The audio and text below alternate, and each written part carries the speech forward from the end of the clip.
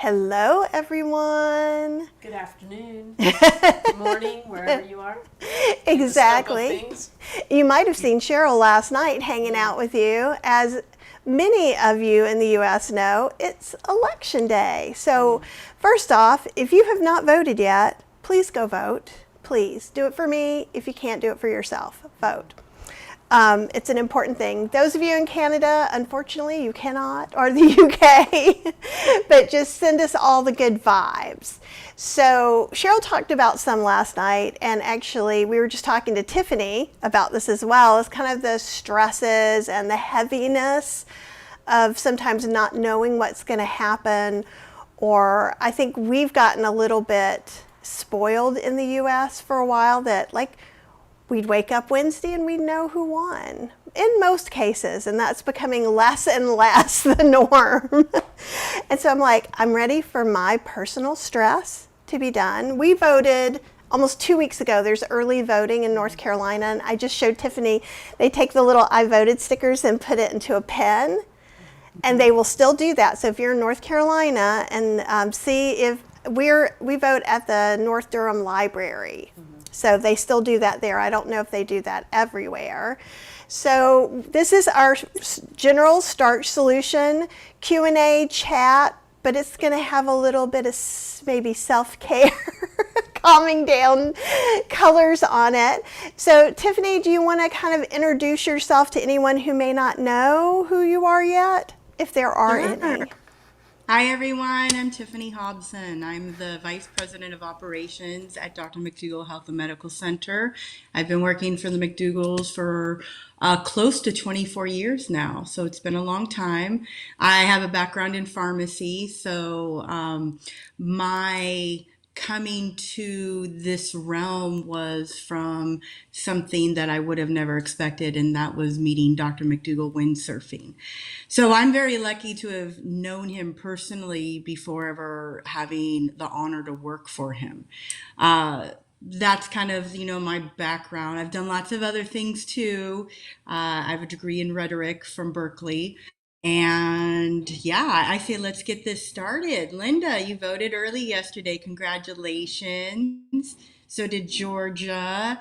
I was just telling the girls that what I do is I get an absentee voter ballot. I mark it up the day of, and then I personally drop it off. So that's what I do in California. Good morning, good afternoon, good evening to everyone, no matter where you are in the world. What do you want to talk about? Yeah, what should we talk about? Well, I want to talk about how not to throw my back out again from stressing myself out. Everybody here doesn't necessarily know that, I'm all cool and kindness and take care of yourself, but everyone doesn't hear at the end, I'm telling you this because I need to do it, right? So I try to bring you guys along, and sometimes you do better than me, and I'm very proud of you. But what I was telling Tiffany, it's been this continuous stress. So Cheryl got laid off, then we lost Max, and now it's the election, we went on a trip and now it's the election. And for somehow everything was so big, I wasn't even thinking about the election. So it went poop. And as soon as we voted, I was like, oh, it's going to be a very long time before I know what's going on. And I had all intentions today of distracting her all day and trying to make her not think about it, but it's almost impossible. It's almost impossible to not be exposed to it somehow during the day. Well, I've done pretty good. One of the things I've done before, and I didn't do this yet, but I'm going to be doing it today, is the iPad doesn't get to come in the bedroom. It's going to be only the Kindle, right? Because I can't sneak a peek. But kind of like Tiffany was saying too, is that, and I'm sorry, I'm also trying to send out a message about this live at the same time I'm trying to talk to you. All right, that's my fault. No, there is no fault. Everything is fine. It's just, it can be hard. It's hard to wrap your mind around all the things. I am a person who doesn't like to feel out of control as well. And so each one of these situations were, usually you get a couple of situations a year you can't really be in the middle of. But you don't get them all at once. And that is my crazy laugh, just in case, so like for me, I took a shower, which may not sound like a lot to you guys, but when I'm stressed out, that's a lot. That's a big deal. I took a shower, I brushed my teeth, I put some yummy, smelly stuff that's really grounding for me. See, smell me. I smell so good. Oh, it does It smell really good. smells really good. And that usually kind of puts me back in my body, takes me out of this like, stress space where you don't even really feel your body. And you were talking about, how many, I can't remember exactly how you put it, but the way I took it was kind of like, I bet a lot of people are kind of eating and drinking their way through the day, trying to just hold that off, hold those emotions and feelings off. So if people are kind of doing that one way or another, for me, what I did last year and the year before is I went to bed and I stayed in bed for 2 days and I just read and I got up and had a snack and then I go back to bed. I can't do that this time, so I have to be a grown-up. Yeah. Well, I think it's really important to remind yourself that you are correct. This is out of your control. The only thing you can control is whether you voted or not and who you voted for and what propositions you voted for or against. That's the only thing you can control. So trying to become more anxious about, what's going to happen? I don't know. You don't know. Nobody knows. We won't know for maybe till tomorrow, maybe the next day, so really trying to find where your center is if you're somebody that is walking along that anxiety line. What is it? For some people, it's a walk. It's a good workout. It's talking to a friend. It's, making mashed potatoes. And if you are very much into I got to know what's going on every minute and you're anxious, you're feeding your own anxiety. So really taking a break from the TV. There's really nothing new that's going to go on. It is not a football game in overtime. It's going to be there for a while and it's going to continue. I'm sure it's on today. I haven't turned on my television. I'm not going to turn it on today. But my husband will tonight, just to see, hey, what are they saying? Where's it at? We might give it a good 15, 20 minutes worth and we turn it off because it's really promoting and propagating the same thing over and over in a different form or way. So really, whatever makes you relax, whatever makes you not go into the kitchen and eat way more than you should. I once read an article years ago that this is one of the most sales alcohol has in an entire year is on a major election day. So That's amazing. you're trying to kill that edge, but hey, we're all adults. I'm not here to tell anybody what they should or should not do, but at the same time, if you're drinking an entire bottle of something, that's not a good thing. That's not a healthy way to cure your anxiety. This is a great time that if you do have a therapist or a psychologist or a counselor that you talk to, it's always a good thing just to chime in and say, hey, and let them know how you're doing because they know you really well. And hopefully they will be giving you great tips to de-escalate yourself throughout the coming days.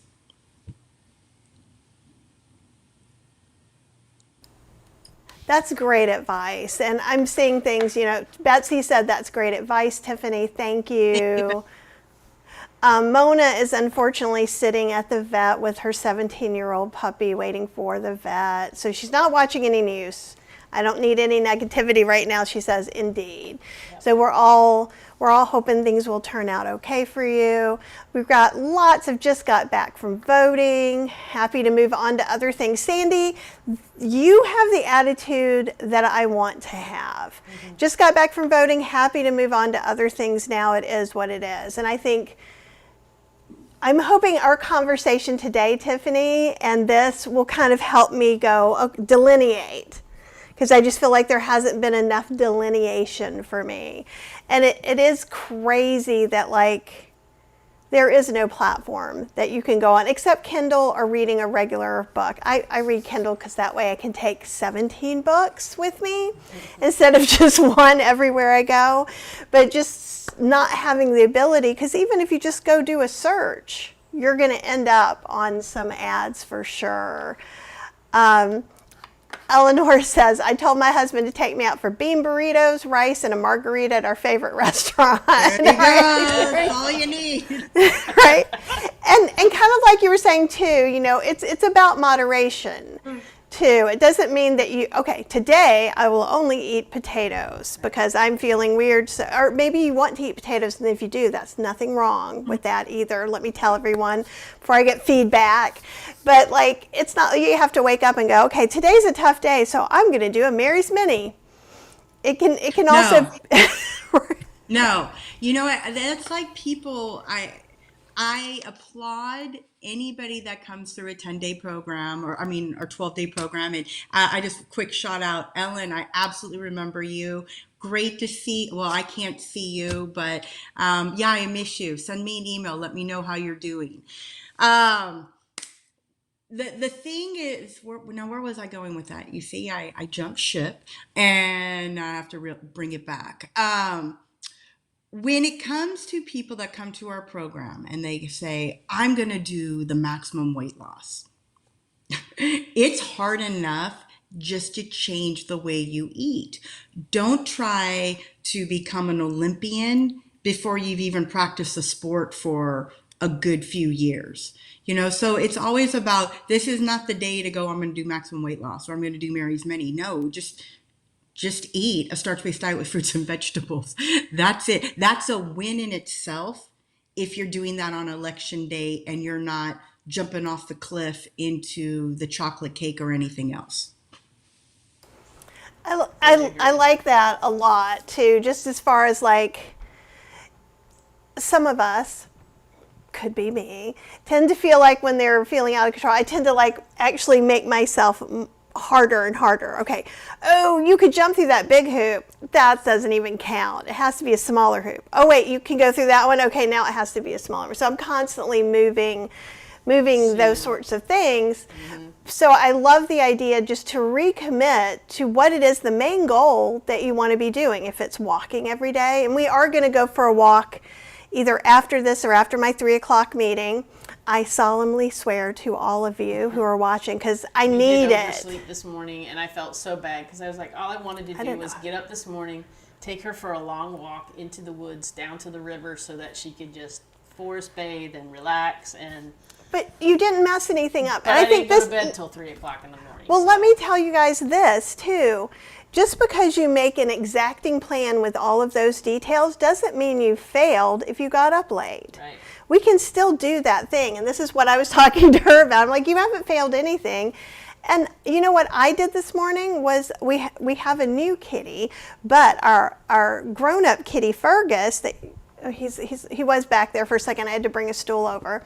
He was Mr. Cuddle Monster. Whenever he feels the tension in me, he's just such a good grounding element. He's just like, love me, I know you'll feel better, I am cute.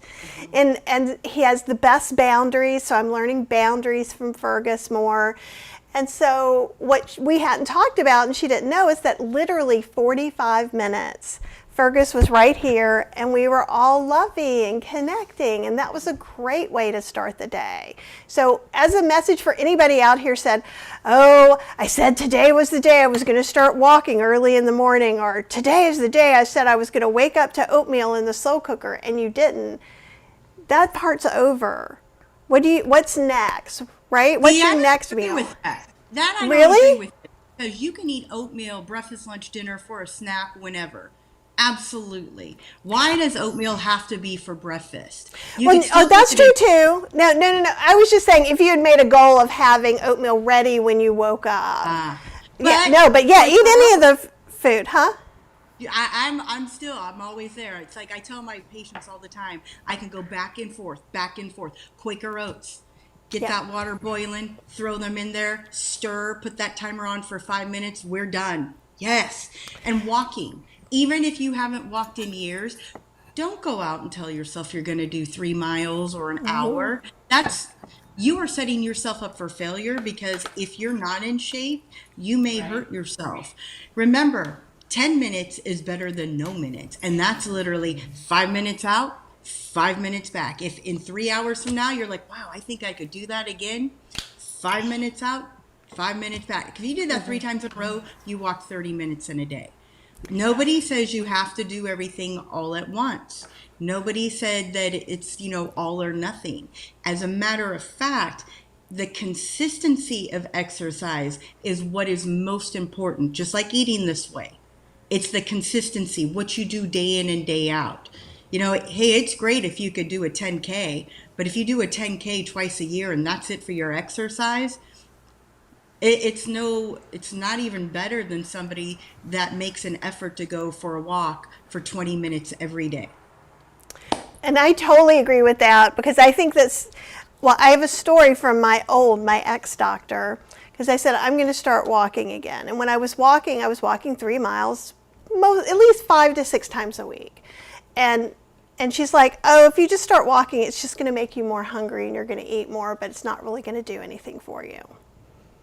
Which is wrong, in case anybody else is concerned, which is also why she's my ex-doctor. I had to do a specific, workout for her that was going to happen 4 times a day for me to be okay with that. And so if you're hearing some of these crazy messages, if you're an athlete and you have something that you're doing, great. If you're trying to get into exercise, just like what Tiffany said, don't just jump in like you're a triathlete. If you've been sick and ill and you live in a 2-story house, maybe going up and down the stairs is a great place to start. Or even if you don't, going from one end of the house to the other. And so we're very passionate about trying to help people move. And I know I feel better when I walk. We're lucky, like that way where you can see the trees in our front yard, there's a state park. So if I just walk across the street, we walk about a mile, then we can go down in the state park. And when I'm starting to exercise, maybe I've been sick or something like that, and I don't have my 3-mile legs on, I go about half where I think I can, turn around. And then next time you build up. So no matter where you are. If you haven't done anything for a long time, I mean, you can do, like I started out when I hadn't been doing anything for a long time, and I basically just walked to the mailbox every day.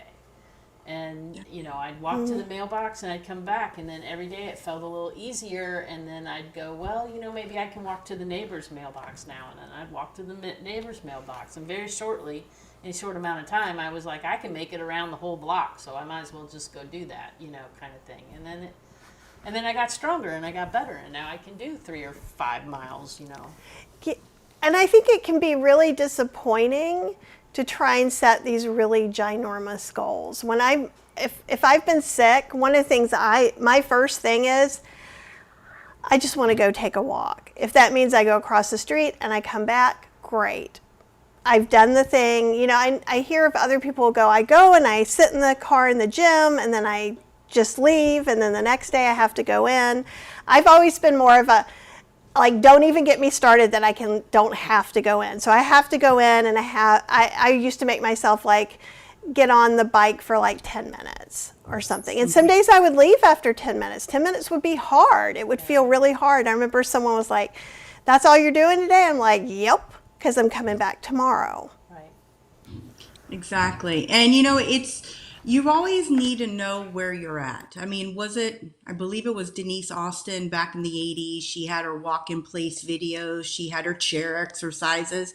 There's nothing wrong with that at all. That is fantastic. Richard Simmons, sweating to the oldies or with the oldies. I mean, I remember that too. And it's like, it's just about moving. But if you are not healthy, or you have way more weight on you than you would like, you also have to remember walking may not be it for you right now, because you don't want to stress your lower extremities and then have some major problems because now you have injuries. Maybe a swimming pool would be better for you. Maybe a bike would be better for you. And this is where it's really good to find somebody who is phenomenal as a trainer that really knows their stuff. I mean, honestly, you both went through our program. Jack Dixon. Jack Dixon is absolutely well known in the entire Santa Rosa area and beyond. There are like world-class triathletes that have told me, I've never listened to a trainer, but when Jack Dixon would walk into a room, I would listen to every word he said. And you've got to be honest. I just recently, I've known Jack for years, and I said, hey, I need a boost. I'm bored with my routine. It's doing nothing for me. But even I had to tell him, hey, look, I've got no more than 30 to 40 minutes, maybe 45 max. I could do, 3 times a week, every other day type of a scenario. But that's what I need. I need exercises that I'm working way more body parts than just one. I need it to be all encompassing. Now I can do that. I mean, being an old athlete, I could jump right back into exercise. And even he was like, oh, you've got good form. Okay, let's do this. And we talked about a few things. So, if you want to get a hold of Jack Dixon, email me, Tiffany at drmcdougall.com. I'll set you guys up. But he is phenomenal. I mean, I personally would go to nobody else. I'm now, of course, there are amazing trainers. If you happen to know, somebody that works for the LA Chargers or, an organization like that, then absolutely you should be calling them and saying, hey, I need something for me. Because a good trainer, all they want for you is to be safe, to be healthy, to work out. And Jack gave me this great quote. I hadn't really heard of it, from Marcus Aurelius. And it is, the pain of discipline is less than the pain of regret. That right there, just all you need to do is tell yourself, I'm going out for a walk, 5-10 minutes, that's it. But you've done that. You have the option later to go back out. You have the option at some point to add on another 2.5-5 minutes, but just go incrementally. It's just like I tell all our patients when they want to lose weight. If you're eating a starch-based diet with fruits and vegetables and no extra oils, you're not eating out and you're not having, any of the fake processed stuff, then you should honestly expect 0.5 pound a week, 2 pounds a month on average. Absolutely. Could you do better? Well, you could, but I like to set the bar low. Setting the bar low allows you to achieve those goals. So then if you go above and beyond, give yourself an extra high five. You should feel good about yourself and feel good about making positive changes in your life, not setting the bar up all the way here and now you failed and you stopped doing it. Anything you do better today than yesterday is a win. Anything you do better tomorrow than today is a win. You can always keep at it. I like all that for sure. That's all good, juicy stuff. So does Jack work virtually with people or only in person? He does. No, okay. He works virtually. Yeah. I tell anybody and everybody that does not have a good trainer in their area, you got to go seek out Jack. You really do. He is that phenomenal. Oh, Straight that's up. great. One of the things that we've been doing, so Rose Lopano has been coming on once a month, and Angela Fischetti. I don't know if you know Angela or not. She's super cool. You would like her a lot. She is incredibly precise. As much as I'm like touchy-feely, she's like, here's the 7 diseases or conditions that you cannot do this, and this is how you can do that. So one of the reasons I love having her on and she's with Boomer and Beyond Wellness, is because she's so specific and she's really good about making it safe for people who are maybe first-time exercisers and doing things and giving these very basic things. So if you guys are at home and for some reason at this point you're not in a position to get a personal trainer, she's coming on once a month and she answers questions as well. And we have these workouts that we're trying to edit all the chatty chat out so that you can just come and do that. And by you, I mean me too, right? So all of these are like, Rose is really good about, she has cans of bean workouts and stuff. So everybody's trying to make it accessible for beginners. But of course, like Jeremy, who's here, he's like on a dragon boat team and does all this stuff. Do you know what I mean? So like the things that's not for Jeremy. That would be for someone else. And someone was saying, Anna, is oatmeal and fruit a good snack and dessert? Absolutely. You can't go wrong with oatmeal. Any time of the day or night. You really can't. I love it. Well, not only that, but like with oatmeal, you could do a lot with it. If weight loss is one of your goals, now anything you bake, you have to remember calorie density. You extrapolate out the water, the calorie density rises. So if you bake oatmeal bars, the oatmeal is going to be higher in calorie density as a bar than if you just made oatmeal. But what's wrong with like making some oatmeal and I don't know, maybe baking some apples and putting baked apples on top of it, a little bit of cinnamon, a little bit of nutmeg.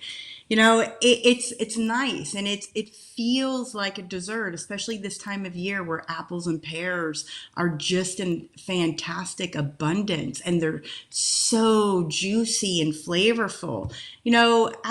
That's what I would do. And if you're somebody that you're twiddling your thumbs and you're about to leave your house because you feel like chocolate, why don't you make some oatmeal and throw some brown sugar on it? That's going to be way better than getting a Snickers bar, right? So sometimes it's just going back to kind of practical. What's better, A or B, A or B? And oatmeal, I think, is great. I'll eat it. My daughter's not a fan of oatmeal, but I'll eat it breakfast, lunch, dinner, and even for a dessert once in a while. It's so versatile, right? So you can make it savory, you can make it sweet. You can do whatever you want with it, really, and just kind of mold it to what you like. Overnight oats are my favorite desserts because I put it with a little bit of homemade soy yogurt. There is hopefully it's still, I saw they changed their label, but there was at least a compliant, Kite Hill Almond was compliant because some of the vegan yogurts do add oils and especially coconut oils or have coconut cream in them. So you can make your own soy and you can make your own almond. I have a recipe I'm testing from a friend, but I like to put that with rolled oats and a bunch of fruit and it just feels so, and a little bit of milk as well, non-dairy milk. I make my own soy milk or cashew milk or almond milk or oat milk. I need to stop listing the milks now. That's the kind of way I am. I make all the milks. I'm like, our hemp, our pecan, right? But oat milk is super easy to make too. If anybody hasn't made oat milk, let's just have a little side chat here. If you do like 3 cups of water, a cup of ice, and a cup of rolled oats in your blender, then it won't be slimy. The ice, if it gets too hot, it makes it get slimy, and then just strain it. It'll last for about 3 days and cost you about $0.25, if that. Right. But remember, there's a slippery slope. I do have patients that love their overnight oats, but it packs way more calories and fat than if you just made oatmeal and threw in some fruit. So, you should look at it as a dessert. It shouldn't be an everyday thing. Now, of course, if you're where you want to be, you're healthy and trim and you work out and, you have it every other day and you're still within your weight range and you're healthy, I've got nothing. But for people trying to lose weight, I just always like to be very forward with this stuff, because when you hear something from somebody and then you think, oh, well, I can do it all the time. And then, and Stacy and I get it, where then our patients come to us and say, well, I'm not hitting my goals that I want to. And then we have to say, oh, You got to take this one out for a while. Maybe once a month would be nice, you know. Maybe you could do it twice a month, you know, but you want to keep things in perspective. And I see that Justine wrote that she got an email from the McDougall program about using the 50-50 plate. You're confused by this because you thought Stacy said not to get bogged down by this, that starches were the most important. Correct. Starches are the most important. And if you are not satiated, you'll be twiddling your thumbs and you'll be looking for something and anything to eat. So, I mean, if you think about, you know, the dieter mentality, a lot of it is, oh, well, I'm going to eat lots and lots of vegetables. Well, it's kind of like Chinese food. You could eat a lot and get full, but in about an hour, you know, maybe two, you're looking for food all over again. And what starches do is they really do satiate you.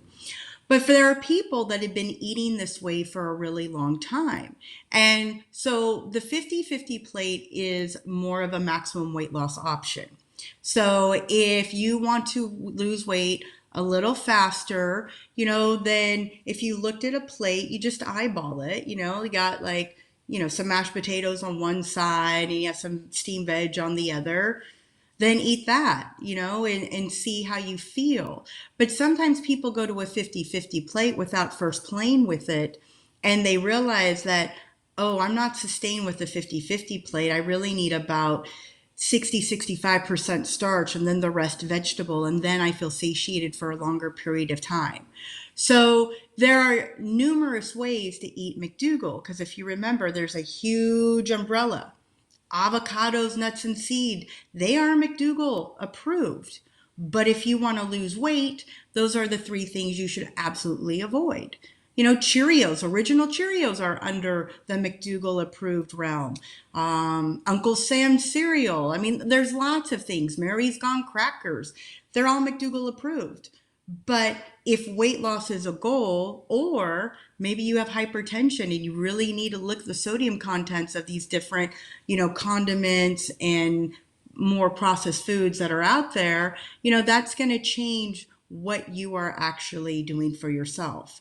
So there's a big message, you know, but for different people, they do slightly different things. It's no different than if you just jumped out of this realm right now and you started looking at what Atkins, keto, oh, who was the female? I forget her name, Sally something. I mean, you could look at all of those and say, oh, they're basically kind of the same, but they all tweak this and that.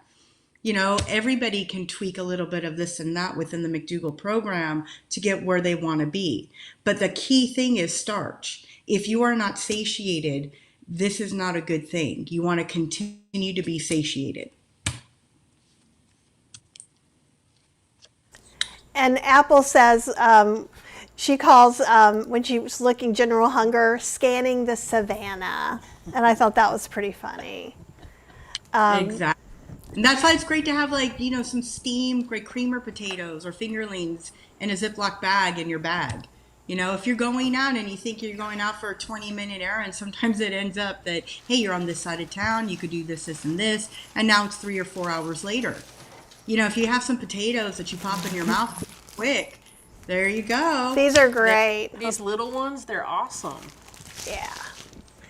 And so some of the things I usually do when I know I'm going to have kind of this like possible deer in the headlights day or two.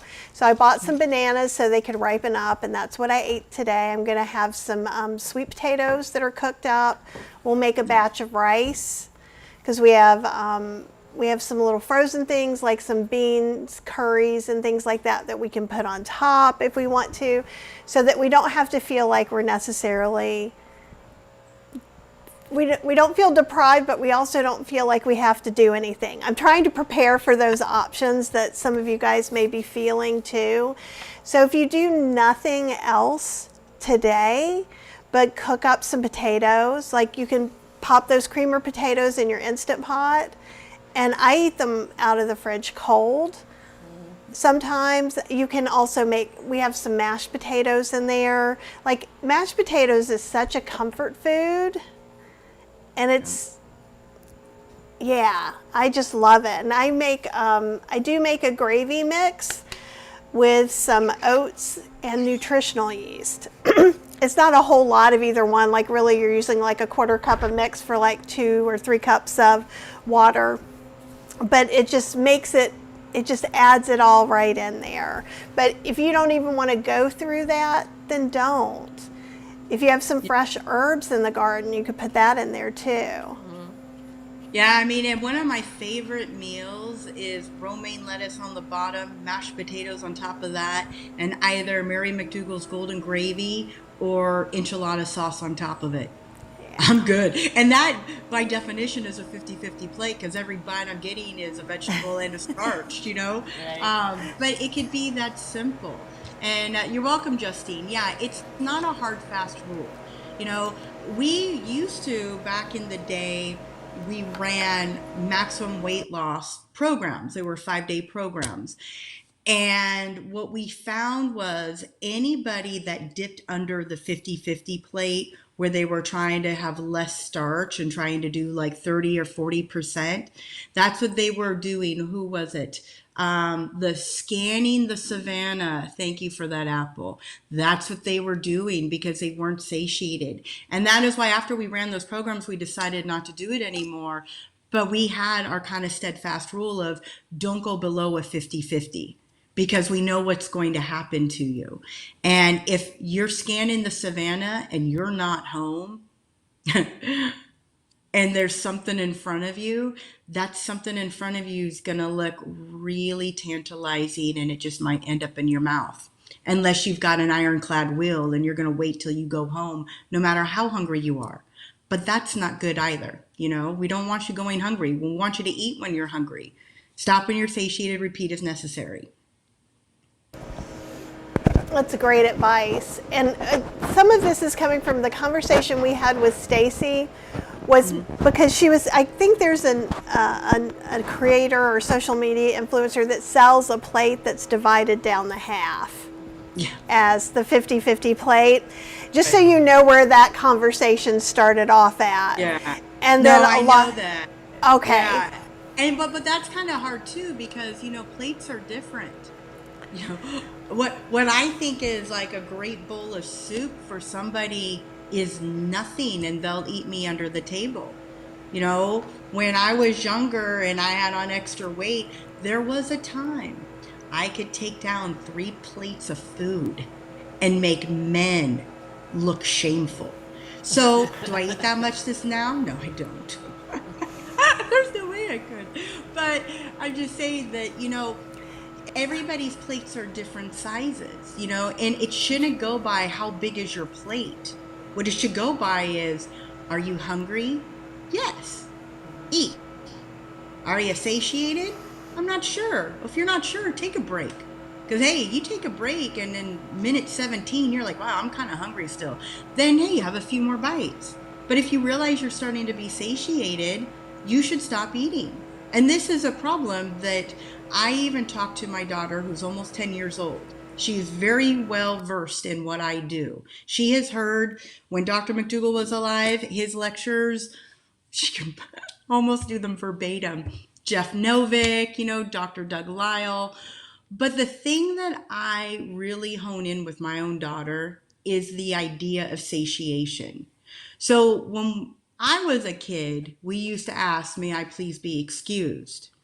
My daughter asks, may I please take a break? Which is signaling to us that she is satiated, she is good, she does not want to eat any more food, and she'd like to be excused. And I can't teach that to anybody at her age that doesn't understand it. Like for her, she understands it. And I tell her all the time, I'm going to save you a lot of pain later in life. Because for those of us that were told, hey, you're in the clean plate club, you got to finish your plate, or, oh, you look peaked, have some food, or you go to your grandmother's house and they're stuffing food at you. When you're used to that, you end up growing up and not even realizing that you're overeating because you don't know what satiation is like. You know, that old term, I'm going to save room for dessert. Like I haven't heard that since I was a kid, unless I've gone to another country. I've heard that from my friends. So satiation is key. So it doesn't matter how big your bowl or plate is. If you start feeling good and you're not really sure if you're hungry anymore, hey, the greatest thing about living in today's day and age is the fact that we have things called refrigerators. We can put our food away and we could reheat it up later or eat it cold. So don't make yourself eat just because it's in front of you. That's an idea that needs to be divorced. It's just like breakfast, lunch, and dinner. If you're not hungry at breakfast, why are you eating? Wait till you're hungry. The hungry drive will kick in. Trust me. It will let you know, hey, it's time to eat now. And that's why you always want to be prepared. You want to have things that are in your refrigerator, in your pantry that you could throw together real quick. Lundberg and other companies, they have in the frozen section those rice with vegetables where you just throw it in a microwave and you're done. You really want to have things that are that convenient. And even Amazon sells those potato sleeves, or you throw in your potato in the microwave and it's magic. It is modern day magic, so you just keep it that simple and making sure that you have something around. And as I said earlier, outside of boiling the water, it's between, I'd say, 7 to 10 minutes to make oatmeal, so you can make things very quickly. And I've been using the microwave more actually because I got some glass microwave dishes special for the microwave. I was microwave wary before this, and I know some in our community are as well. But like I make grits because I'm from the South. Grits are amazing. And so like you really just have to stir them all the time, or even in the Instant Pot or the slow cooker, they get gumpy. In the microwave, it's 10 minutes and it's perfection. And then you can even make enough to put in little microwavable dishes for the next day. And that's what you can do that with oats as well. We've been doing that. We did that with pasta over the summer. So like literally my microwave discovery happened in 2024. It's kind of amazing. After all these years of her complaining to me about why do you have to cook that in the microwave? Now she's like, just put it in the microwave. Well, also she had this gross plastic thing from Pampered Chef that was really creepy. So don't put plastic. Plastic isn't so good. But you got Pyrex. Yeah. It was expensive. Pampered Chef's not cheap. Yeah, and it's also not in our house right now. But it's Chef AJ's favorite thing too. But like once I got the glass ones, I'm like, oh, nothing can peel off of this. This makes me happy. I do like the glass ones though now. I've gotten used to using and we can travel with it. So like we can make like I've been bringing grits with us for breakfast when we travel, and we just do that really quick. It's so easy. And just think about, for me, like what you're saying, what's the easiest thing for you?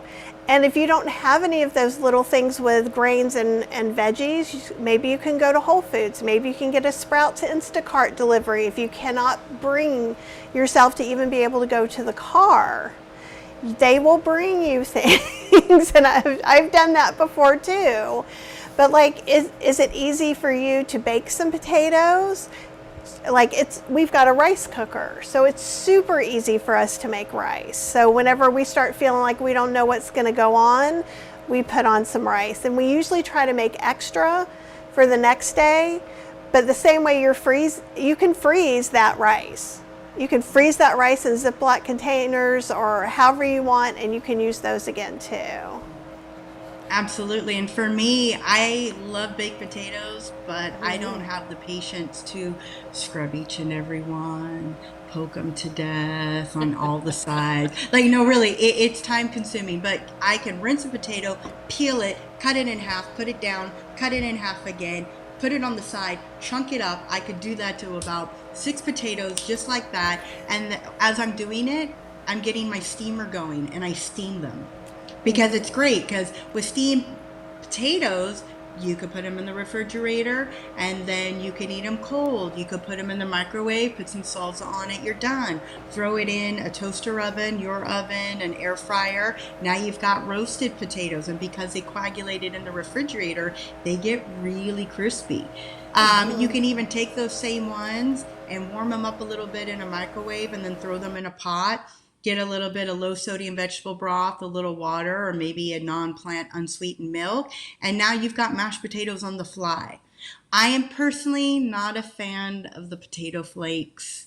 Maybe they would taste good to thicken something up, but I tried them a few times. I tried making them in different ways. It's not me, but I can make mashed potatoes on the fly by having already steamed potatoes that I just warm up really quick. So, it's little things like that's something I could take with me wherever I'm going to go if I'm leaving the house. If I don't have time to warm it up in my microwave, by the time it gets to my mouth, it's going to be room temperature anyway. So I don't really, worry about those things. For me, it's about what are you going to do? It's like exercise. What are you going to do? You could have delusions of grandeur about on Friday night, I'm going to make lasagna. And then I'm going to make a minestrone soup, and I'm going to have a lovely Caesar salad with it. Hey, that's great. That's great in theory. And if you have all day Friday to do that and you can eat it all weekend, that is fantastic. But I could tell you in my world, no. My husband, if I even mentioned it, unless I was not working, had everything already here, because it will take me all day to do all of that, he'll be in hysterics. He'll ask me, am I having people come over and help me cut? Because I am a slow cutter, but I am meticulous. My knife cuts are beautiful, but it takes me forever. To do a minestrone soup, the prep time alone is a good 2 to 3 hours. That's how OCD I am. Oh my goodness. We all have our thing, right? But I know that about myself. So I know, hey, there are certain things I can make like that. Choose corn soup, Mary's quick black bean soup. I've made the quick black bean soup for parties. And I just buy a ton of pico de gallo, and I put the pico de gallo in the middle, and everybody says, oh my God, it tastes like it took hours to make this. And I smile and I go, I'm glad you like it, but the reality is, no, it did not. It took me no time at all. And those are things like if you find a really good recipe for Texas caviar, some of them online have oil in them. Just omit the oil. Everything else in it is McDougall. That's fantastic. I actually, every year for our annual Halloween party, when one of my closest friends says, what would you like me to bring? I smile and say, the Texas caviar recipe I gave you. And she brings a huge bowl of it. And that's what I had for dinner and finished it up on November 1st. I had this big bowl still, and I was kind of eating it throughout the day, and my husband was kind of eating it throughout the day, and the next day we realized we didn't technically have like dinner, but we ate Texas caviar throughout the day whenever we were hungry, so I mean, just snacking on things like that, getting away from that idea that you have to have, like a salad with a starch, with your vegetable, it doesn't have to be, 3, 4, 5 different things when you eat. You just need to eat. It's very true. And Betsy had a really good point. I put this up earlier. She says, satiation sounds so easy, but it's so hard to follow. And also, what a great way to raise your daughter. So I wonder, do you have some tips for people to kind of maybe come to terms or understand their satiation a little bit more? Yes. If you've been eating this way, and this is the way that I had to learn it for myself. So when I decided to eat this way, it was really easy. And then I had dropped, I think it was like 25, 30 pounds, and I plateaued. And I'm literally thinking to myself, okay, well, I had decided that I wasn't going to exercise till I was within like 10 pounds of where I wanted to be, because I know the type of person I am when I exercise. Outside of like a walk here and there, I didn't place the emphasis initially on exercise. It was more on food, because I wanted to see if this really worked. But when I plateaued, I kept thinking, well, what am I doing wrong? What am I doing wrong? And I was really micromanaging everything that I was putting in my mouth. And then I realized one day, and I realized this out of like just something completely different. I had a relative that died, and it was my task to go through the house. And I found an Atkins book. And it hit me like a ton of bricks, and I went into absolute hysterics. Because what I remembered was my grandmother. She was from Finland. She was the sweetest person. Man, her skin was baby butt soft, even to the day she died. And she was this nice, rotund woman. She spoke numerous languages, and she was a great cook. But she would decide she was going to get on a diet. And my grandmother would lose, about 15, 20 pounds. And she would get so excited, she would bake herself a chocolate cake. So there is the back and forth of you losing weight, you gain it. You lose it, you gain it. You lose it, you gain it. And I finally hit me when I saw that book. You're such an idiot.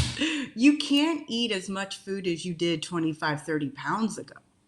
So what I started to do was to ask myself, well, yeah, I think I'm satiated, but my body is so used to me putting so much food in it.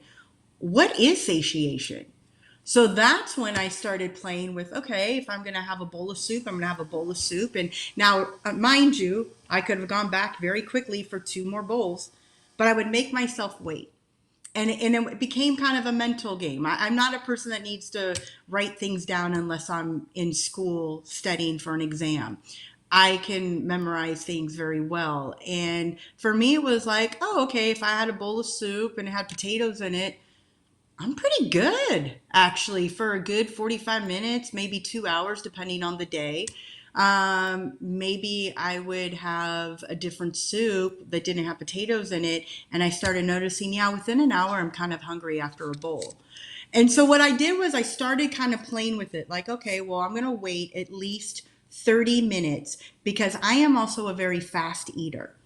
If anybody that's worked in the medical field, especially at a hospital, if you don't scarf it down now, you're not going to be eating for maybe another 10 hours. So when you're used to eating that quickly, it's not that I'm going to be changing how quickly or slowly I eat overnight.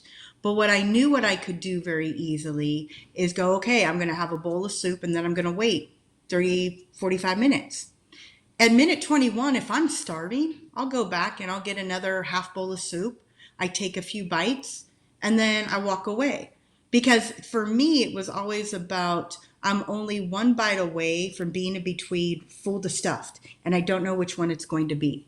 So if you're not really sure, to me, that was harder to try to work with that and figure out satiation than it was just eating this way. But once I started figuring it out, then I broke my own plateau. So this is what I tell my patients all the time. Really, I mean, if you want to break your plateau and you want to see, and initially it's not fun because you really don't know, is it because I'm satiated? Am I satiated? Am I really hungry? Is my body just used to me shoveling so much food into it? So you have to kind of work with it. Another tip that I would do is if you're not sure if you're hungry or not, where you're like, I think I could be eating, but maybe not. I'm not sure. Make yourself a cup of tea. Tea is fantastic. And if you hate tea, you could do hot water and lemon, or you could do water, whatever it is. But if you're drinking something, you're still doing the hand to mouth. So, you're not trying to break your own habit today or tomorrow over it, but you're doing something else with it. Because if you can have a cup of tea or a cup of hot water or have a nice, glass of water that you've been sipping on, and you realize, it sounds good, but just because something sounds good doesn't mean that you're hungry. So it really becomes the question of, am I physically hungry, or do I just want it because I'm a great cook and it tasted so good I can't wait to put more in my mouth? And then when you start answering those questions, and if you answer them correctly for yourself, you see where you start breaking the plateau, or you see where you go, yeah, I might want something. Once in a great while, my husband still will call me on it. You're fidgety. You want something. And when I hear that, I make a joke that, yes, I do need to get back into crocheting or knitting or something like that, but I'll make myself a cup of tea. Because obviously, if I'm fiddling with my fingers, that's an indication that I want something. But it's not that I want something because I'm hungry. I want something because for so many years of my life, I was pretty much in that realm of carte blanche, especially with my grandparents' house on my, maternal side. If I wanted to stay up all 3 days and watch as many Twilight Zones as possible before I finally succumbed to sleep, not because I wanted to, but because sleep won, I would eat frozen pizzas at 2, 3 in the morning. So when you come from a background where you have almost been ingrained in your DNA of how you ate, still, am I much better now than I was 20 years ago? Well, absolutely. But once in a while, I think of something and it's like, do I? Am I really hungry? And my husband knows that I'm playing that game in my head as I'm bopping up my head. And he's like, what conversation are you having in your head? It's hilarious. So it takes some time. And you're not going to be perfect tomorrow, and you're not going to be perfect maybe in a week. But every time that you're actually being cognizant of what you are doing, you're taking one step closer into really solidifying satiation for yourself in the next 3 months, 6 months, 5 years from now. The best part of this is, so Cheryl has been real fidgety. So I brought her a fidget toy. So you were talking about, I get fidgety, and so she's literally like, she's loving it. It's a little dragon I got for the photo shoot of the book. But are you okay if I talk about your choo-choo? Yeah, I talked about it last night, actually. Okay. So there's this store in Asheville, North Carolina that is like, what is it? Like somebody's Clutter universe. Bucks neurodiverse universe. And so they have all these fidget toys. They had a chewing one. It looks just like a little thing that you wear, but it's rubber, so it's like a chew toy. And Call it the Chihuahua toy. No, I call it your choo-choo toy. Sometimes you call it my Chihuahua toy. Okay. In the car, you always be like, get your Chihuahua chew toy out. Or you'll talk to somebody else and say, her Chihuahua chew toy. But anyhow, I'm like, get your choo-choo. And she's like, but we had a long drive from up to Massachusetts and back down. We actually have to get her a new one. It's about time. But having that in her mouth has really helped her. So in case anybody, like, tea is wonderful. And those of you who think you don't like tea is a big world. That's kind of like, I don't like vegetables. Maybe I don't like vegetables means I don't like broccoli, or like, I'm not a huge fan of zucchini. I have to have it prepared certain ways, right? So tea is not all black tea. You can get chamomile tea or lavender tea, or you can have apple cinnamon tea, like literally dried apples and cinnamon that you brew. And we do that a lot in the winter. Like, that's usually kind of our dessert. It's just I make a pot of tea. It's warming, it's cozy. But if that's not for you, these little toys too, like look up like neurodiverse or neurospicy ADHD toys that you can play with, or fidget spinners, stuff like that. So just know that there are some other options. Obviously, crocheting and knitting. I've done that years ago. Like, I'm not a real crocheter. I was crocheting pot holders. And what I would used to tell people is, I'm crocheting pot holders for the mentally unstable, which was me. Because doing it made me more stable. But the thing with the choo-choo is, like, when I'm driving, I love to drive. Driving relaxes me. But at the same time, my mind will start going, and I'll start thinking about things, and I'll start making myself a little anxious about something. But I also, when I road trip, it's like a constant. It's in the past, it's always been a constant food fest. Like, I'd have all my snacks in the car, and I would just always be hand to mouth with chips or something like that. So having that chew toy in the car, I'm doing something with my mouth, and or gum. Gum works too, and but long as I'm doing something, like, it keeps she gets me into it though. This is where I will like poke fun at her a little bit. So like, it's on this long stroke. So like, when she's really into it, then she's moving the string in this intricate way, and I'm just like, I need a blinder because I'm easily distracted. So I'm just like, are you okay? But she gets in the zone and it works. But it's just another option for some people. And obviously, if you're in with a bunch of people, that's not something she would be doing on the show or with a group of people traveling. But like it keeps me from chewing on my nails too. Which is something that she does a lot, and I've been trying, especially even before COVID, but especially since COVID. I'm like, putting your hands in your mouth is not a sanitary thing. Well, don't they have that fingernail polish that you put on to make? Doesn't I help like her. it. No. Even when I was a kid, they put the spicy stuff on my fingernails, and I would just suck on my fingers. I liked it. She's just stubborn. She's not stubborn in all the ways, but that's a way she's stubborn. And when I saw that, and I was like, you chew on it? And I was like, I'm going to get it for her. And I kind of got it as sort of a joke. And then you used it one day, and we were like, okay, I'm getting a few of those now. Yes, we need to make a trip back there so I can get some spares. Right? You've got a lot of people from all over. I saw Copenhagen. That is a gorgeous place. Hans Christian Andersen.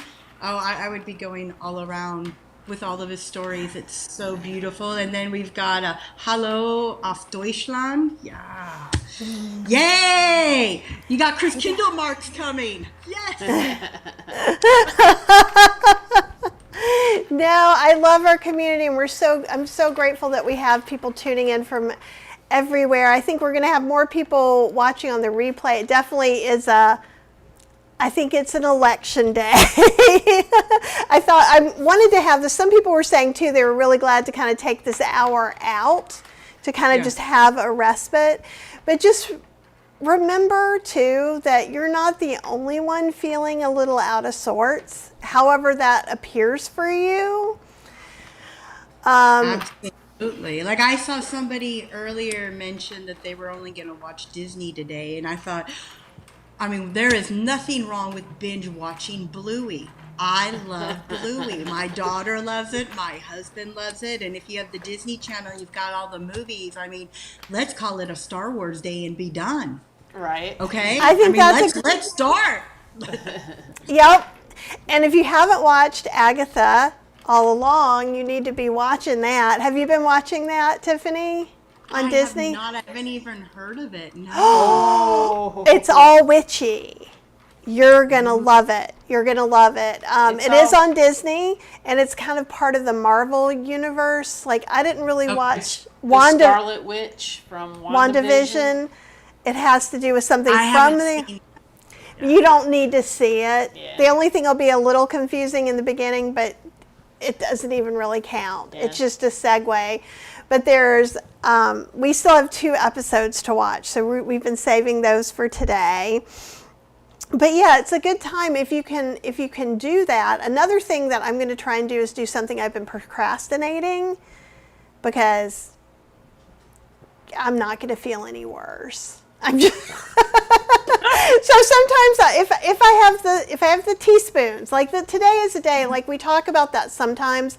It's a terminology used often in chronic illness or some depressions, like I only have a teaspoon today, or I have a half a teaspoon. So you're measuring your energy, kind of the way you're talking about how to learn how you feel satiated or not. It's very kind of a similar concept. So if I didn't have any teaspoons, I don't have to do anything. I still would have to take my meeting, and I still would have to go live. Like, so I'm always kind of looking, what are the bare minimums today? And I set that in. And then if I can do a little more, I try to have something else that I can do. Like, we definitely are going to go take a really long walk. Nice. That will be lovely. You know, and in the end, you know, everybody is different, you know, and I think that there is something to be said about taking some time out for yourself, especially if you're stressed out. You know, for some people it's books, you know. My daughter and I, we do a few times a year, we call them do nothing days. My husband thinks that we are lazier than like anything when we do it, but the only rule is that we do floss and brush our teeth That's it. You know, but outside of that, we're in our PJs. We decide, hey, what board games do we want to play? Um, Haunted Mansion Life. I mean, that's at least a 2 hour game, Oh. if not longer. Yeah. I will watch movies and, we just hang out. And I think that in our day to day lives, everything is so structured and, you have to do this, this, this, this, and this. And all of a sudden, oh my God, it's dinner time. And then, oh, are there showers? And did you do homework? And it's bed. And it's like Monday through Thursday goes by so quickly that it is nice once in a great while to kind of give yourself your own staycation in your house. And hey, if Yes. part of it is sometimes we will go for a walk. We'll put comfy clothes on because we will not go outside in our PJs. That's a rule I have. But and other times we don't. But we'll do like go into our exercise room and we'll lay down on a yoga mat and we'll do like mommy daughter yoga. So I mean, so we do like a little bit of movement, but we really kind of bring the energy level down just to kind of get back to center and then the next day is all crazy again, but it's good to do that for yourself. Some people do that. They're called spa days. I can't take my daughter to a spa. She's too young, but there's always different ways that people can do things for themselves. I totally agree. And even if, depending on your weather, like it's warm again here. We had a couple of cooler days. Now it's going to be like 80 again, which is weird. But like if it's nice outside, maybe you can sit outside and read. Or even sometimes if Cheryl wants to watch something different, even though we have different places we can do that, I'll take my computer out. I'll sit there. I get to see like all the leaves changing and do what I want to do. So there's a lot of different ways. A couple of questions for you before we start wrapping up. Okay. TS says, that analogy of fast eating in a medical setting is so familiar. I'm a fast eater and sometimes wonder if my hunger after I eat is stomach upset from fast eating. Would your method work to check that? Yeah. So, but what you want to do is if you're a fast eater and you don't even know where you're at with when you're satiated, whatever's in front of you, you just commit to eating half and then you stop.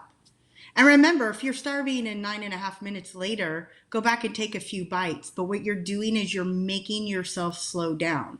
As you're making yourself slow down in this realm, you're also doing something that you might not be realizing, is that you're giving yourself a visual cue.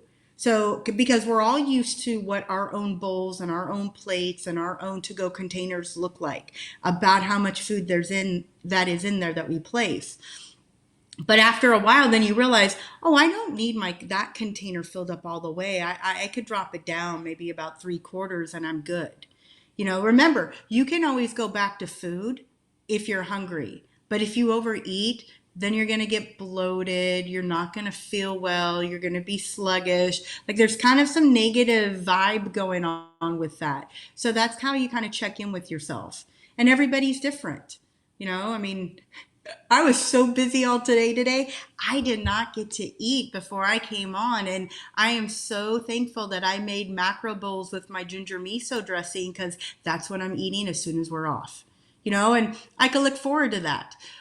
With that though, thank goodness for tea because it's not making me crazy. I mean, I don't feel starving. I just notice, hey, I'm kind of hungry.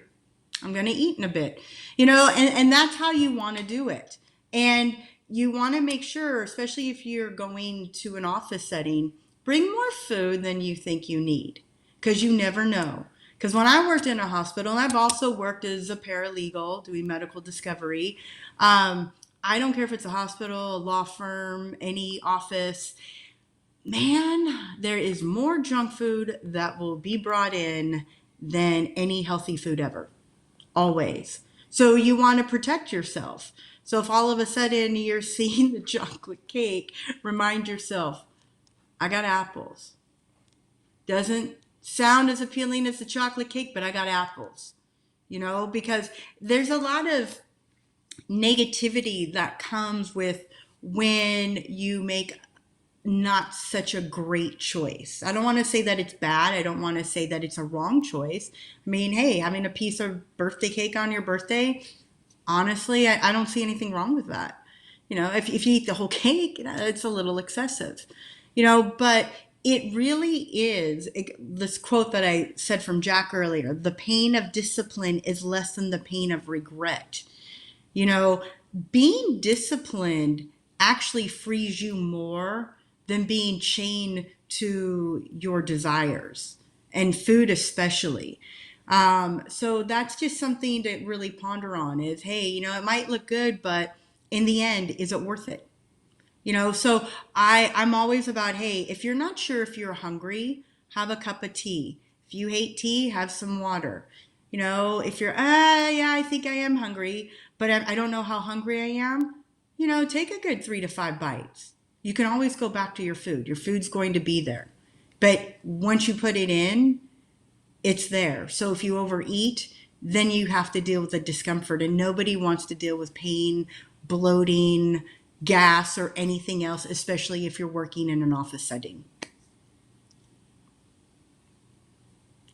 Nope, that makes perfect sense. And then you might have, Justine was saying crisp fall apples are amazing, and they are. If you're in our area, if you go to the farmers markets, we get them from the mountains, and they're so delightful, and lots of old varieties. So it's funny, I like when you were saying, oh, it's an apple. I only feel like that when it's like spring and summer, when it should be berries.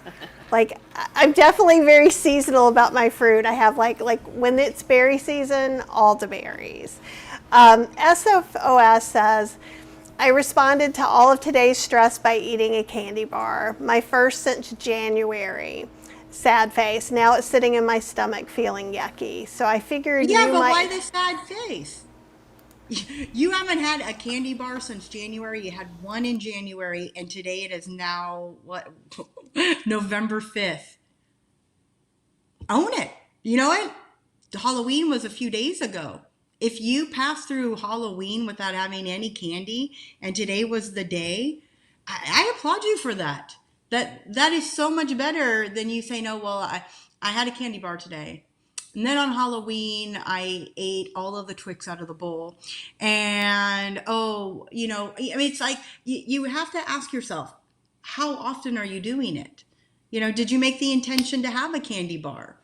If you just ate it just to eat it, that's not very intentional. But if you kind of felt bad and thought, you know what, I'm just going to have this, then there's nothing wrong with that. The worst part about it is that you're not feeling well right now, so take good care of yourself. Get some chamomile tea or something comforting, make sure that you're eating, a good meal later when hunger gets back to you, or even just some good old fashioned potatoes, that's okay. I think that we kind of forget. Dr. McDougall always said, it's not what you do on Thanksgiving or Christmas or Easter. It's the problem is that people have Easter for breakfast, Thanksgiving for lunch, Christmas for dinner, and a birthday for dessert most of the nights of the week. So have a little bit of compassion. I think that that's really outstanding if you think there's 365 days in a year, right? I mean, there's always the leap year part, but still 365 days in a year. And if you said, hey, on 2 of them, I had a candy bar, I've got nothing for that. Now, if that candy bar turned into a bag of Snickers, okay, then there's an issue with that. But if you're that disciplined, then kudos to you. Yay! And I knew you were going to have a really great way to get a perspective on that. And I think it is really important because also, and you tell me if you feel the same way, I feel like certainly when I'm more stressed out and anxious, it is less likely for me to talk nicely and possibly think normally about what I'm doing, right? If I'm anxious and Cheryl does something, it's very easy for me to say, you've done such a good job, blah, blah, blah, blah, blah. And then if it's me, sometimes I'm like, You're always hard on yourself. Well, yeah, in the end, to me, it always comes down to health and health goals. If you're a raging diabetic, should you have a Right. candy bar? The answer is no. And I think that sometimes when like myself or Stacy, when we're talking to our patients and then our patients talk to each other and then we hear, oh, well, I heard that you said this to so and so. It's like, yeah, but stay in your wheelhouse. You need to have like blinders on, because somebody who's a raging diabetic that has hypertension and high cholesterol, they're not in the same boat with somebody that maybe only wants to lose 5 or 7 pounds and they have nothing wrong with them. Those are totally different scenarios. Some people have a bite of chocolate and literally jump off the cliff of Gibraltar and will just eat chocolate, chocolate, chocolate, chocolate, chocolate. Some people are like that with bread. There are other people that can have, buy a loaf of bread, they have a few bites or a piece. If they don't freeze it, they'll throw it away or give it to somebody else. So it really just depends on you. That to me is way more important. My dad used to say everybody has an opinion. And it's not that everybody's opinions are correct or incorrect. It's a matter of perspective. And within that perspective, where are you in this moment in your life? Yeah. Yeah. No. Thank you so much for all of your help and advice and good stories. Thank you. Yeah. So, do you have anything fun that you're doing coming up? I'm going away for about a week to visit family, friends, so that's going to be a lot of fun. But yeah, honestly, Thanksgiving, not my holiday, not my husband's. We would be just as happy staying home, but that's not going to happen. But what we do is I'll watch the Macy's Day Parade because I remember doing that with my grandparents. But what I really love is that dog show. And what I really, really want, if anybody has any clout with that dog show, I don't want just what they give on the TV. I want to see the entire thing because I could record it and watch. Because they always show you a certain part. It's like, no. I really want to see it all. But I love doing that. And so usually what we do is we just kind of hang out. We have a very lazy day because we always go over to my mother-in-law's and I make my mashed potatoes and I make Caesar salad and I make vegetables if I feel like having vegetables besides the Caesar salad, because there's really, like I said, it's not our holiday. I can have cranberries and mashed potatoes all day long. My husband, not a fan of either. So, it's one of those things that sometimes I even make something so that we show up and we might have a few bites over there, but that we actually eat when we come home. Yeah. Just don't tell her that. Don't tell her to watch the show. She won't get this far in. She'll have to be hardcore to get 2.5 hours in, right? Or an hour and a half in. Hour and a half in. Well, what do you guys do? We are going to go to the Triangle Vegetarian Fest Thanksgiving. It's the largest vegan Thanksgiving in the country. And it's like a buffet. And we went live actually during it last year. We hadn't gone since 2019, and we used to go with friends. So we're going with some different friends.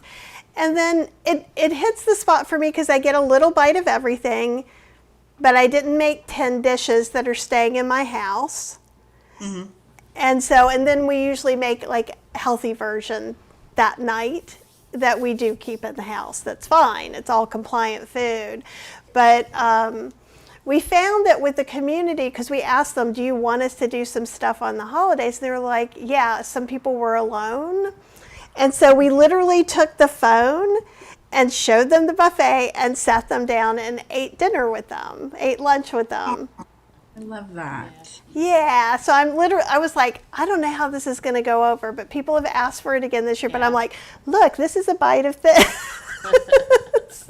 But it's nice because then we leave the house, we get to do some visiting, but then I find of the years that we had Thanksgiving here, it takes over like a whole week of prepping and taking in other people's stuff in consideration and pickiness. And I'm like, we went back last year by accident. Yeah. We actually were somewhere else and they're like, there's still tickets. Do you want to go? And we're like, sure, we'll go. Yeah. And it was delightful. Yeah, and then we decided that, yeah, we're definitely doing it again. But and then plus, you don't have to clean up.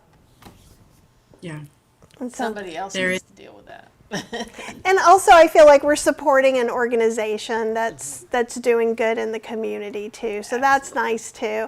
I will say, last time, so desserts at Thanksgiving can be nervy for me, but they were not good last year. So I am not nervous about that this year. I think I can skip it. Yeah, well, you know what? Then why don't you poach some pears? And bring poached pears or bake some apples. To me, it's like those are things that are completely McDougall approved, starch based. If you put some, sugar, unless you're one of those people that are on the no sugar, no salt realm, but that's not McDougall. So I have no problem with that. I think that it's a lovely dessert that's light after a traditionally usually a heavier meal, that kind of brightens it. I totally agree with you. And I do a lot of baked apples at home too. And you can even just use some dates if you don't want to use sugar or something like that. And I make a little vanilla caramel. Dates. Yeah, but dates, you got to remember, that's dried fruit. Dried fruit is a calorie bomb. It's, if you look at calories of like putting a little bit of sugar over something and having dates, I would rather have the sugar. It's true. I guess when I do it, I'm making it into a sauce, so there's not as much date in the serving. It'll be interesting to look at though. But that's usually what That's a Jeff Novick question. Like, what's better and what's worse? But I mean, if you have a lot of dates that you're putting in a sauce, then it's more concentrated, so it depends. I mean, like all of that, like I'm not a nutritionist. I don't try to pretend I am. I just go by the calorie density principles because it really keeps me in line of where should I be most of the time. Right. That totally makes sense. But I'm all in on baked fruit. Unfortunately, pears are always vexing to me. Like, I love a pear. So I got a case of it's like 10 pears or 8 pears, whatever you get at Costco. It's not like a real case. And by the time they started ripening, I ate 2, went to get my 3rd one, and the rest of them are gone. They make me crazy. Pears make me crazy. No, pears, you know what? Harry and David, been around forever. Get their pears. Pay for it. They are luscious. They are fantastic. And just know that when you're getting that box, you're going to dedicate those next 2 to 3 days of pearness. I'm serious. My daughter. I can do that. I remember her very first experience with the Harry and David pear. I recorded. She was sitting in her diaper in the kitchen and juice was just dripping. And my little girl was so happy. The smile was so big.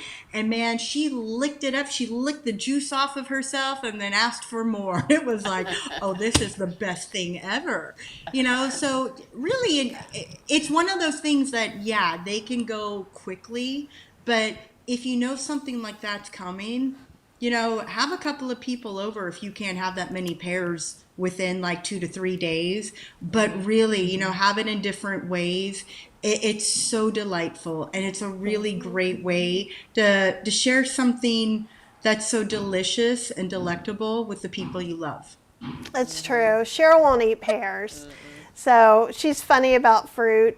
But I do love them. And usually I can, like you said, dedicate yourself. Like I can easily and I do have one that I think part of it is salvageable and I'm probably going to make it into a salad dressing. Because because I think Lovely. that'll be a really nice sweetness. I do use canned pears quite often just because they're always there. It's an easy thing to do, but it doesn't have the seasonal decadence that a really good ripe pear does. It's amazing. And TS says Harry David fruit is the best. Apple says I adore Bosc pears. They smell amazing. And I think those Bosc pears are the ones that are darker, right? That stay firmer, that are good for poaching, I think. I believe so. I think so. I could be wrong, so tell me in the comments if I am, and I will apologize properly. But that's what I think out the top of my head. But yeah, let's get into some apples and pears, because I can get excited now about those. You guys can't see. Cheryl is literally like, can you hear? That's the dragon on the thing. And don't forget about those cranberries. I got a big thing of fresh cranberries because I'm going to be doing a few different things. And actually, one of the things I want to do is a cranberry pear sorbet in the Ninja Creamy, which will be cranberries and pears. Yes. Ta-da! So the pears are the sweetener when I make sorbets. I might have to add a little bit of something, maybe a little balsamic, if or cook the cranberries. I'm going to try and decide. We'll find out. Stay tuned. But now I got this giant bag of cranberries from like a big box store, so it's going to be super fun. Nice. Oh, and Apple says I'm not wrong. Yay! That's a good way to end this. I'm not wrong. I'm going to go take a walk, and we're going to eat some yummy, healthy dinner tonight. And you guys, just hang in there. If you start feeling weird again, if you're feeling better now, this is going to be available to rewatch. You can hang out with Tiffany and Cheryl again. Absolutely. You can watch older things. You can watch, Tiffany has been on other shows, so has Stacy. So kind of keeping your head in the game and off the TV is helpful. I would recommend, if you're doing a binge or a TV or something like that, if you can find something without commercials, that might be preferable. I don't know if they've stopped yet today, or I'm assuming they will probably still go to dinner time today. Yeah. Oh, You don't want the commercials. Just, whether it's Peacock, Disney, whatever it is, Max, go and get some good movies. Really. Exactly. Or read. Or call a friend that you haven't talked to in a long time. Just breathe. Just breathe. Oh, awesome. And Elizabeth says, thank you, Tiffany, for sharing such valuable advice. Always love the Starch Solution Q&A. So do we. It's a bright spot of our month to be able to hang out with Tiffany and Stacy, and we're so just humbled by being able to enjoy all of you guys today. All right, so let's take a deep breath, go back out into the real world. It's going to be okay. We're still all here. We're still all a community supporting each other. So if maybe you're in a space where you're not feeling that support right around you, just remember we're all still here, just like right now, okay? And we will talk to you very, very soon. Yes. Have a happy Thanksgiving. Thank you. Bye. Bye. Bye.